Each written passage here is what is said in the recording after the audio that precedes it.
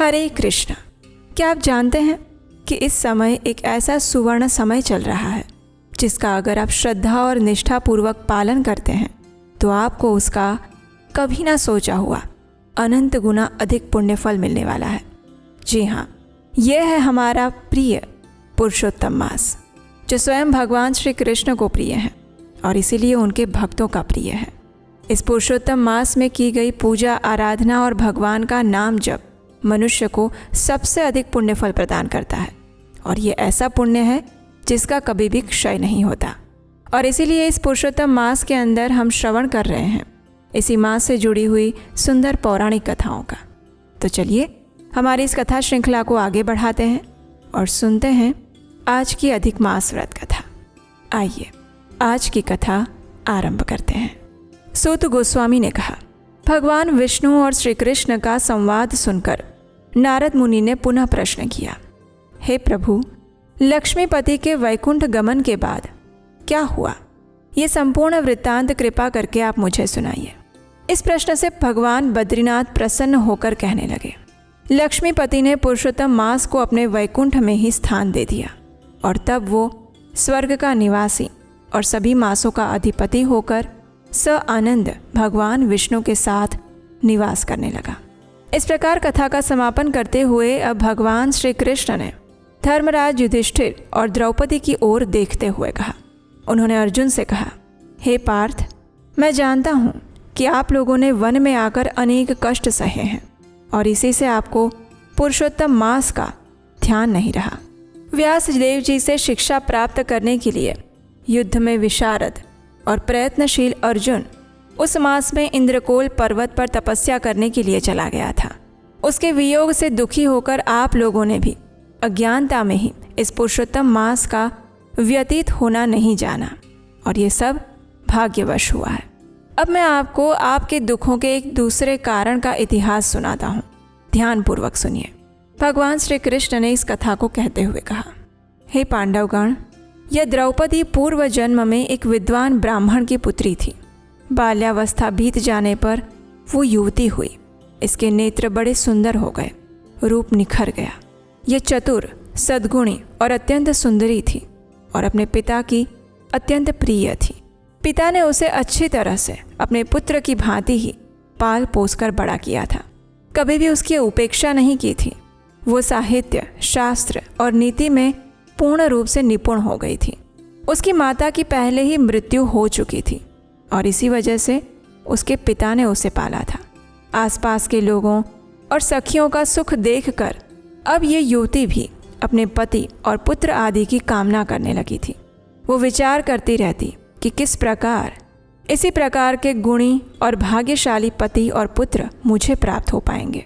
उस जन्म में उसके विवाह की कोई व्यवस्था उसके पिता नहीं कर पाए और इसीलिए वो हर समय यही सोचती रहती कि अब क्या किया जाए, कौन से देव की उपासना की जाए, कौन से मुनि के पास जाऊं, कौन सा तीर्थाटन करूं, मेरा भाग्य क्या सोया हुआ है, कोई भी पति मुझे अपनी पत्नी के रूप में अंगीकार क्यों नहीं करते हैं। इतने विद्वान होने पर भी मेरे पिता भाग्य दोष से ही मूर्ख बने हुए हैं, जो विवाह की वय हो जाने के बाद भी मेरे लिए उपयुक्त वर नहीं ढूंढ रहे हैं। मैं अपनी सखियों में प्रमुख बनी हुई हूँ, लेकिन फिर भी कुमारी हूँ। मेरी सखियों को स्वामी के सुख का जैसा अनुभव है, मुझे वैसा नहीं है। इसी से मुझे अत्यंत क्लेश हो रहा है। इसी प्रकार इच्छाओं के समुद्र से चिंतातुर वो कन्या मोह और शोक के सागर में हर समय डूबी रहती थी। दूसरी ओर वो विद्वान ब्राह्मण कन्यादान के लिए उपयुक्त पात्र की खोज करने में लगे रहे, लेकिन उन्हें कोई भी अपनी पुत्री के लिए योग्य वर नहीं मिल पाया और वो निराश हो गए। अपनी कन्या के दुर्भाग्य से उसके संकल्प का पिंजरा टूटा और दैववश उस ब्राह्मण को तीव्र और दारुण ज्वर ने ग्रस्त कर लिया। उन्होंने अपनी पुत्री का स्मरण किया, लेकिन जब तक वो भयभीत पुत्री उन तक पहुंच पाती, उनके प्राण निकल गए। इस प्रकार उस ब्राह्मण देव ने अपने जीवन काल में कन्यादान करने की प्रसन्नता का भी अनुभव नहीं कर पाए और वे अपनी पुत्री का विवाह किए बिना ही अपने शरीर को त्याग कर चले गए। हरि भक्त धर्मात्मा व्यक्ति जिस प्रकार मृत्युशैया पर गृहस्थ धर्म में पालन किए गए परिश्रम की चिंता और संसार की सभी वासनाएं छोड़कर हरि के साथ अपने आप को तन्मय कर देते हैं, उसी प्रकार निपुण ब्राह्मण ने नील कमल की भांति सुंदर त्रिभंग ललित स्वरूप भगवान श्री हरि पुरुषोत्तम स्वरूप में अपने चित्त को लगाकर उनका स्मरण किया।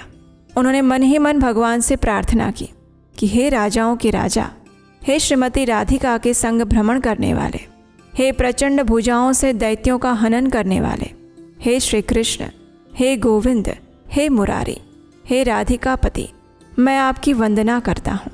हे नाथ, हे ऋषिकेश, मैं आपको प्रणाम करता हूँ, मुझे अपनी शरण में ले लीजिए। मृत्युशैया पर पड़े हुए उस ब्राह्मण देव के ऐसे वचनों को सुनकर भगवान के लोक से उनके पार्षद आ पहुँचे और मृतक की आत्मा को लेकर भगवान के चरण कमलों में प्रस्तुत कर दिया। अब अपने पिता को मृतप्राय जानकर वो कन्या फूट फूट कर रोने लगी। पिता के शरीर को अपनी गोद में रखकर वो करुण विलाप करने लगी। हे पिताश्री, अपनी पुत्री को सुख से रखने वाले हे कृपालु, मुझे आप किसके आश्रय छोड़कर गए हैं?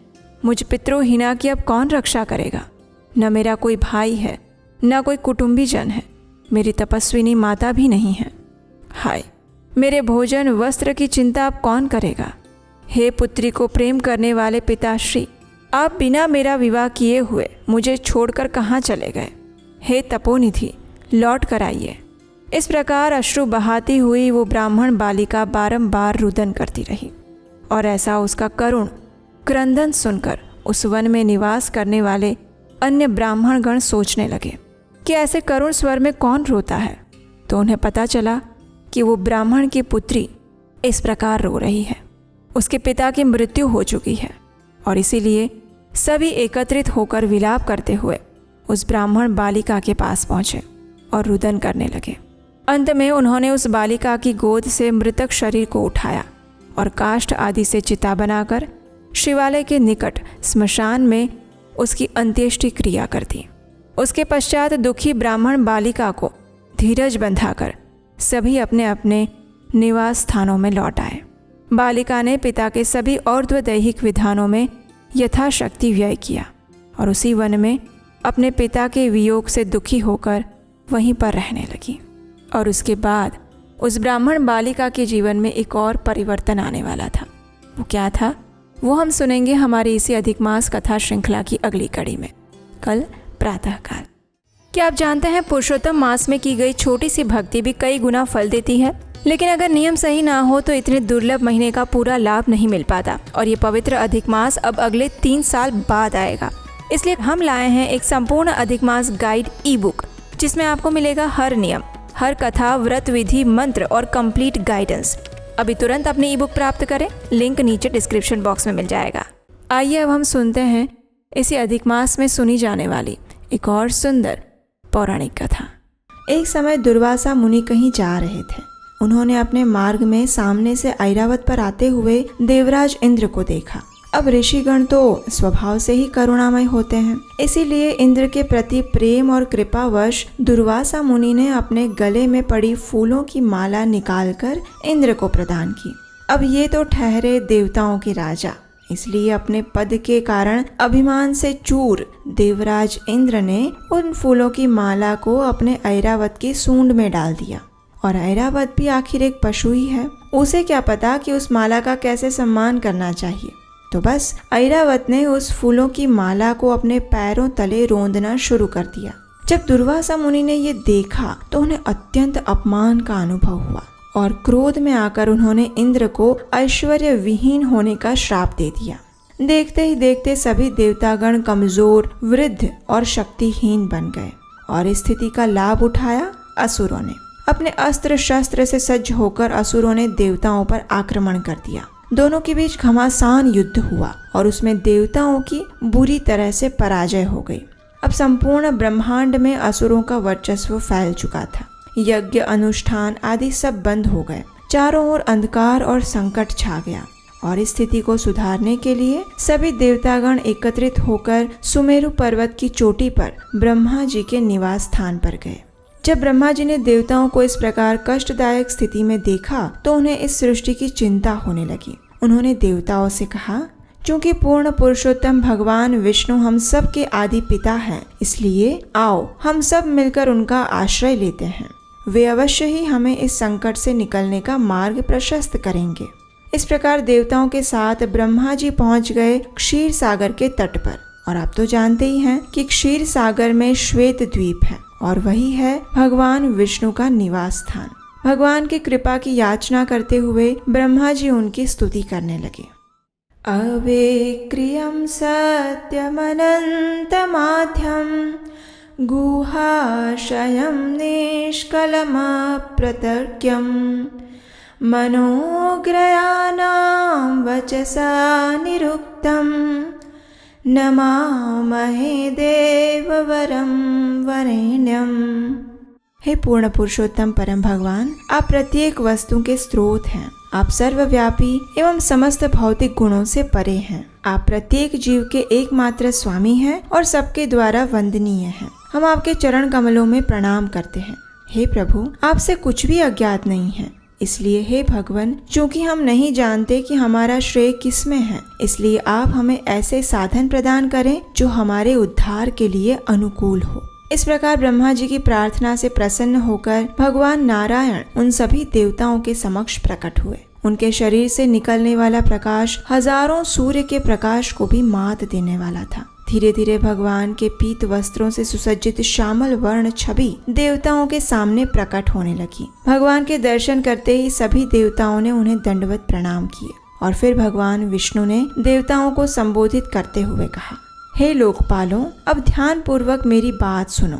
इस समय काल तुम्हारे पक्ष में नहीं है, इसलिए ऐसी स्थिति में अच्छा होगा कि तुम असुरों के साथ संधि कर लो। उनसे संधि करके तुम इस क्षीर सागर का मंथन करो और अमृत प्राप्त करने का प्रयास करो। अमृत पीकर मृत्यु शैया पर गिरा हुआ व्यक्ति भी जीवित हो उठता है। सबसे पहले क्षीर सागर में विभिन्न प्रकार की सब्जियां, घास, लताएं और औषधियां डालो। उसके बाद मेरी सहायता से तुम मंदार पर्वत को बिलौनी तथा वासुकी सर्प को रस्सी के रूप में प्रयुक्त करके सावधानी पूर्वक क्षीर सागर का मंथन करो। यद्यपि इस मंथन में तुम्हारे शत्रु असुर भी कठोर परिश्रम करेंगे, लेकिन मेरी कृपा से अंत में अमृत की प्राप्ति तुम्हें ही होगी। मंथन के दौरान अनेक वस्तुएं प्रकट होंगी और यदि असुर उनमें से किसी भी वस्तु की इच्छा करें तो तुम उनसे वाद विवाद किए बिना उन्हें वो दे देना। उस मंथन से कालकूट विष भी उत्पन्न होगा, परंतु तुम उससे भयभीत मत होना। और जब मंथन में विभिन्न भव्य वस्तुएं निकले तो तुम लालची मत बनना। सावधानी पूर्वक मात्र अपने लक्ष्य अमृत पर ही ध्यान केंद्रित रखना। इस प्रकार देवताओं को दिशा निर्देश देकर भगवान हरि वहां से अंतर्धान हो गए। अब देखिए, भगवान की आज्ञा पाकर देवराज इंद्र अपने साथ कुछ देवताओं को लेकर असुर राज बलि के पास पहुंच गए। अब जैसे ही असुरों ने देवताओं को देखा तो वे उन पर आक्रमण करने के लिए तैयार हो गए, लेकिन बलि महाराज समझदार और गंभीर थे। उन्होंने अपने घर आए देवताओं के शांत चित्त को देख लिया था, इसलिए उन्होंने उत्तेजित असुरों को शांत किया और इंद्रदेव के साथ संधि करने लगे। देवताओं ने भगवान विष्णु का परामर्श बलि महाराज और अन्य असुरों को कह सुनाया। अब अमृत पीना किसे अच्छा नहीं लगेगा, है ना? तो बस अमृत की लालच में असुर भी क्षीर सागर का मंथन करने के लिए तैयार हो गए। बिना विलंब किए समुद्र मंथन की सारी तैयारियां शुरू हो गई। चलिए अब देखते हैं कि इस समुद्र मंथन की तैयारियों में क्या क्या किया गया। मथनी के लिए मंदार पर्वत की आवश्यकता थी और हम आपको बता दें कि ये मंदार पर्वत सोने से बना हुआ है, इसलिए सभी देवताओं और असुरों ने एक साथ मिलकर परिश्रम के साथ मंदार पर्वत को उखाड़ दिया और उसे उठाकर क्षीर सागर की ओर ले जाने लगे। अब इतने ठोस सोने से बने पर्वत को उठाना उनमें से किसी के लिए भी आसान नहीं था। दोनों ही पक्ष इतना परिश्रम करके बिल्कुल थक चुके थे और परिणाम स्वरूप वो पर्वत उनके हाथों से छूट गया और नीचे गिर गया। जैसे ही पर्वत नीचे गिरा तो उसके नीचे दबकर कई असुर और देवता कुचलकर मर गए। जब बाकी लोगों ने ये देखा तो उनका मनोबल वैसे ही टूट गया, क्योंकि स्वाभाविक है जिस पर्वत को उठाने में इतना परिश्रम लग रहा था उसको रस्सी से बांधकर बिलोना बनाना तो जैसे असंभव ही लग रहा था। देवताओं और असुरों की ऐसी दयनीय स्थिति को देखकर उसी क्षण सर्वज्ञ भगवान श्री विष्णु गरुड़ पर आसीन होकर वहां प्रकट हुए। उन्होंने अत्यंत सरलता से मंदार पर्वत को उठाया और गरुड़ के पीठ पर रख दिया। उसके बाद उन्होंने सभी देवताओं और असुरों को भी गरुड़ की पीठ पर बिठाया। उसके बाद उन्होंने अपनी कृपा दृष्टि से मृत पड़े असुरों और देवताओं को जीवित कर दिया। तत्पश्चात उन्होंने सभी देवताओं और असुरों को भी गरुड़ की पीठ पर बिठाया और सबके साथ क्षीर सागर की ओर चल पड़े। वहां पहुंचकर गरुड़ ने पर्वत को अपने कंधों से नीचे उतारा और समुद्र तट पर रख दिया। अब क्योंकि वासुकी इस मंथन में रस्सी बनने वाले थे, इसलिए भगवान ने गरुड़ को वहां से चले जाने का आदेश दिया। उसके बाद सभी देवताओं और असुरों ने वासुकी का आह्वान किया और वासुकी भी बड़ी प्रसन्नता से इस समुद्र मंथन के महाकार्य में सहयोग देने के लिए वहां उपस्थित हो गए। भगवान का अनुगमन करते हुए सभी देवताओं ने वासुकी के मुख की बाजू को पकड़ लिया, लेकिन असुरों को इससे अपमान का अनुभव हुआ। उन्होंने सोचा, अरे ये क्या, हमें इस सर्प की पूंछ पकड़नी पड़ेगी? नहीं नहीं, हम तो मुख का अग्र भाग पकड़ेंगे। अब भगवान तो सब जानते ही थे, इसलिए उन्होंने कुछ नहीं कहा। वे सिर्फ मंद मंद मुस्कुराए और उन्होंने असुरों को वासुकी के मुख की ओर रहने की अनुमति दे दी। अब सबने अपनी अपनी स्थिति को संभाला और फिर प्रारंभ हुआ क्षीर सागर का महामंथन। लेकिन अब फिर से एक समस्या आ गई। मंदार पर्वत को समुद्र में तो रख दिया, लेकिन उसके नीचे कोई आधार नहीं था। इसलिए जैसे ही उन्होंने समुद्र को मथना प्रारंभ किया, वैसे ही पर्वत धीरे धीरे करके नीचे पानी में बैठने लगा। और फिर एक बार इस डूबते हुए पर्वत को बचाने के लिए भगवान नारायण एक विशालकाय कछुए का रूप लेकर वहां आ गए। उनका देह 1,00,000 योजन लंबा और चौड़ा था। उसे देखकर ऐसा लग रहा था मानो ये कोई अंतहीन द्वीप हो। उन्होंने जल में प्रवेश किया और कुशलतापूर्वक उस पर्वत को अपनी पीठ पर रख दिया। भगवान के इस कूर्म अवतार को देखकर ब्रह्मा जी और शिव जी ने आकाश से पुष्प वर्षा की। अब फिर एक बार असुरों और देवताओं ने नवीन उत्साह के साथ समुद्र मंथन करना प्रारंभ किया और फिर क्षीर सागर में एक भयंकर बवंडर उठा। घर्षण के कारण रस्सी बने वासुकी की स्थिति अत्यंत संवेदनशील हो गई। उसके हजारों मुख से अग्नि और धुआं निकलने लगा और क्योंकि असुरों ने वासुकी के मुख की ओर रहना पसंद किया था, इसलिए इस अग्नि और धुएं के कारण उनके मुख और वस्त्र काले पड़ गए। इससे असुरों और देवताओं की शक्ति भी क्षीण होने लगी। ये देखकर भगवान की कृपा से आकाश में बादल भर आए और वर्षा होने लगी। शीतल वायु बहने लगी और असुरों तथा देवताओं को कुछ राहत का अनुभव हुआ। अब देखिए, इतना परिश्रम करने के बाद और वो भी इतने लंबे समय तक करने के बाद भी समुद्र में से कुछ भी नहीं निकला। इसलिए भगवान श्री विष्णु फिर एक बार उनकी सहायता के लिए आ पहुंचे। भगवान अजित ने उस समुद्र को इतने वेग से मथना शुरू किया कि समुद्र की सभी मछलियां सतह पर आने लगी और फिर उस समुद्र के उदर से भयंकर हलाहल विष प्रकट हुआ। वो विष चारों दिशाओं को अपने अंदर समेटने लगा था। वो इतना तीव्र था कि सभी देवताओं और असुर त्राही त्राही पुकारने लगे। अपने प्राणों की रक्षा हेतु उन्होंने भगवान शिव की शरण ली और इस हलाहल विष का पान करने की प्रार्थना की। देवदेव महादेव भूतात्मन भूत भावन त्राहिनः शरणापन्नाम त्रैलोक्य दहनाद्विषात्।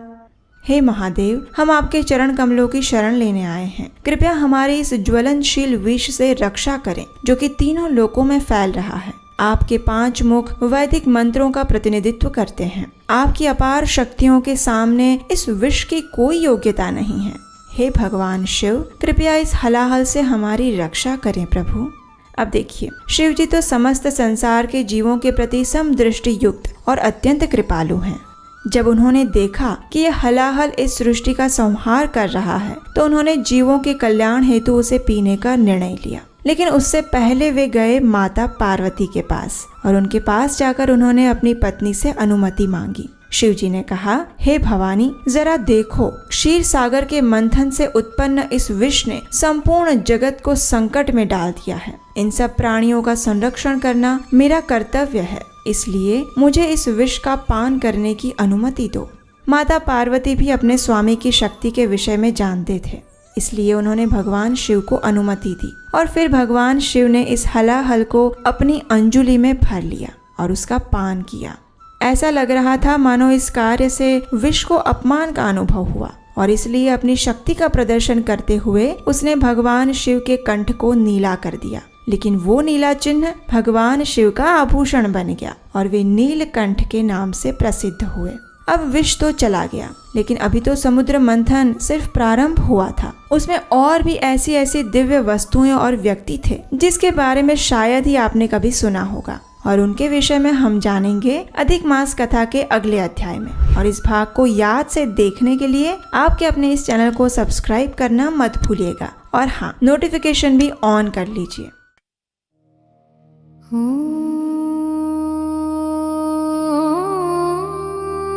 नमो भगवते वासुदेवाय।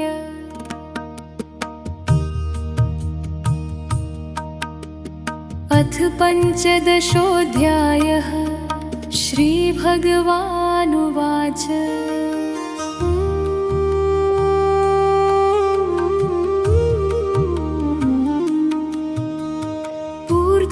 ऊर्ध्वमूलमधः शाखमश्वत्थं प्राहुरव्ययम् छन्दांसि यस्य पर्णानि यस्तं वेद स वेदवित्। अधश्चोर्ध्वं प्रसृतास्तस्य शाखा गुणप्रवृद्धा विषयप्रवालाः। अधश्च मूलान्यनुसन्ततानि कर्मानुबन्धीनि मनुष्यलोके। न रूपमस्येह तथोपलभ्यते नान्तो न चादिर्न च सम्प्रतिष्ठा। अश्वत्थमेनं सुविरूढमूलमसङ्गशस्त्रेण दृढेन छित्त्वा ततः पदं तत्परिमार्गितव्यं यस्मिन् गता न निवर्तन्ति भूयः। तमेव चाद्यं पुरुषं प्रपद्ये यतः प्रवृत्तिः प्रसृता पुराणी। निर्मानमोहाजितसङ्गदोषा अध्यात्मनित्या विनिवृत्तकामाः। द्वन्द्वैर्विमुक्ता सुखदुःखसंज्ञैर्गच्छन्त्यमूढा पदमव्ययं तत्।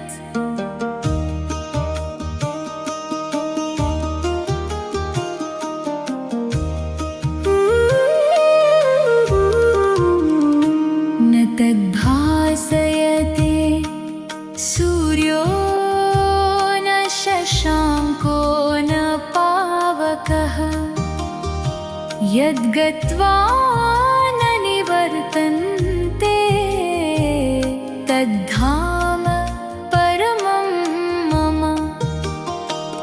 ममैवांशो जीवलोके जीवभूतः सनातनः। मनःषष्ठानीन्द्रियाणि प्रकृतिस्थानि कर्षति। शरीरं यद्वाप्नोति यच्चाप्युत्क्रामतीश्वरः गृहीत्वैतानि संयाति वायुर्गन्धानि वाशयात्। श्रोत्रं चक्षुः स्पर्शनं च रसनं ग्रहणमेव च अधिष्ठाय मनश्चायं विषयानुपसेवते। उत्क्रामन्तं स्थितं वापि भुञ्जानं वा गुणान्वितं विमूढानानुपश्यन्ति पश्यन्ति ज्ञानचक्षुषः। यतन्तो योगिनश्चैनं पश्यन्त्यात्मन्यवस्थितं यतन्तोऽप्यकृतात्मानो नैनं पश्यन्ति चेतसः। यदादित्यगतं तेजो जगद्भासयतेऽखिलं यच्चन्द्रमसि यच्चाग्नौ तत्तेजो विद्धि मामकम्। गामाविश्य च भूतानि धारयाम्यहमो पुष्णामि चौषधी सर्वा सोमो भूत्वा रसात्मकः अहं वैश्वानरो भूत्वा प्राणिनां देहमाश्रितः प्राणं पानसमायुक्तः पचाम्यन्नं चतुर्विधम् सर्वस्य चाहं हृदि सन्निविष्टो मत्तः स्मृतिर्ज्ञानपोहनं च वेदैश्च सर्वैरहमेव वेद्यो वेदान्तकृद्वेदविदेव चाहम् द्वाविमो पुरुषो लोके क्षरश्चाक्षर एव च क्षरः सर्वाणि भूतानि कूटस्थोऽक्षर उच्यते उत्तमः पुरुषस्त्वन्य परमात्मेत्युदारतः यो लोकत्रयमाविश्य बिभर्त्यव्यय ईश्वरः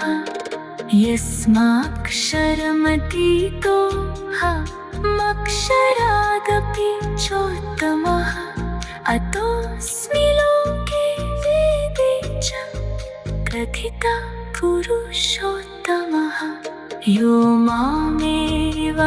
मामेवमसम्मूढो जानाति पुरुषोत्तमः स सर्वविद् भजति मां सर्वभावेन भारत इति गुह्यतमं शास्त्रमिदमुक्तं मया नघ एतद् बुद्ध्वा बुद्धिमान् स्यात् कृतकृत्यश्च भारत ॐ तत्सदिति श्रीमद्भगवद्गीतासु उपनिषत्सु ब्रह्मविद्यायां योगशास्त्रे श्रीभगवानुवाच ऊर्ध्वमूलमधः शाखम् मश्वत्थं प्राहुरव्ययम् छन्दांसि यस्य पर्णानि यस्तं वेद स वेद